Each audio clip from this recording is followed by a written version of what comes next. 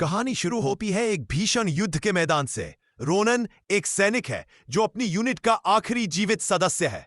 चारों ओर लाशें हैं, हर तरफ तबाही। दिग्गज दानवों की सेना उनके पूरे सैन्य दल को खा गई है। रोनन घायल अवस्था में अपने कमांडर एडेशन की तरफ देखता है जो मरने वाली है।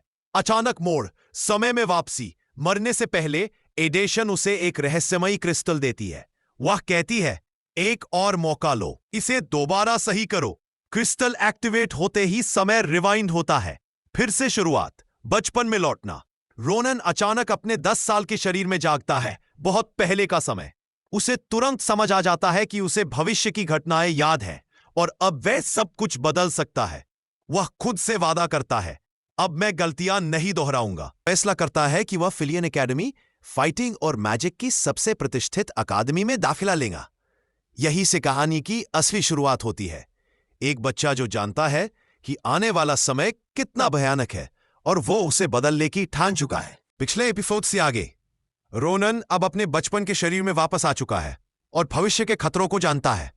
उसने ठान लिया है कि अब वो सब कुछ बदलेगा। फिलियन एकेडमी में दाखिले के लिए कठिन परीक्षा होने वाली है। रोनन को अपनी तलवारबाजी की ताकत के बावजूद दिखाना होगा कि वो सामान्य बच्चों की तरह है, क्योंकि वो नहीं चाहता कि लोग उसके असली अनुभवों पर शक करें।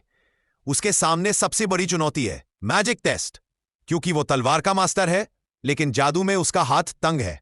रोनन अपने पुराने जीवन की यादों का इस्तेमाल करता है।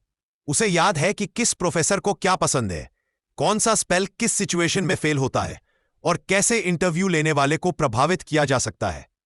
वो इंटरव्यू और प्रैक्टिकल टेस्ट में स्मार्ट जवाबों और सटीक एक्शन से सभी को चौंका देता है। एक तलवारबाजी मुकाबले में रोनन को एक घमंडी अमीर छात्र से भिड़ना पड़ता है। सभी को लगता है कि रोनन हार जाएगा क्योंकि वो गरीब लेकिन लड़ाई शुरू होते ही रोनन तेज, सटीक और घातक स्ट्राइक से उसे हरा देता है, बिना एक भी फालतू मूव के। सभी प्रशिक्षक और दर्शक हैरान रह जाते। रोनन का नाम टॉप रैंकर्स में आ जाता है। प्रोफेसर्स में से एक कहता है, ये लड़का आम नहीं है, इसकी तलवार में अनुभव झलकाता है।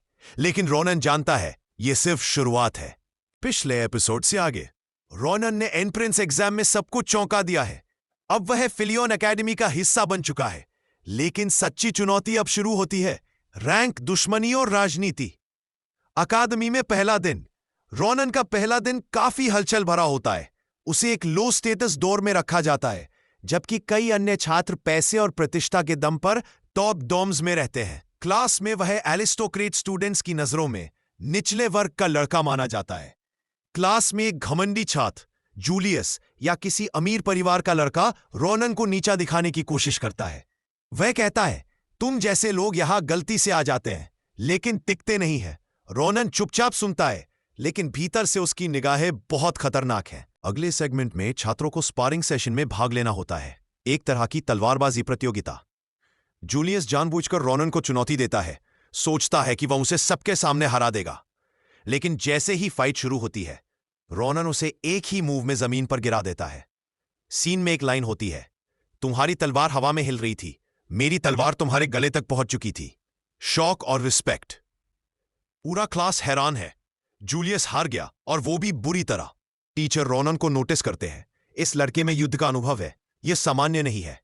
एपिसोड के अंत में एक रहस्यमयी व्यक्ति एक प्रोफेसर से कहता है, उस लड़के पर नजर रखो, वह कोई आम छात्र नहीं है। और दूसरी ओर रोनन अपने कमरे में बैठा सोचता है, मुझे पता है कि असली युद्ध कब और कहां होगा, लेकिन इस बार मैं तैयार रहूंगा।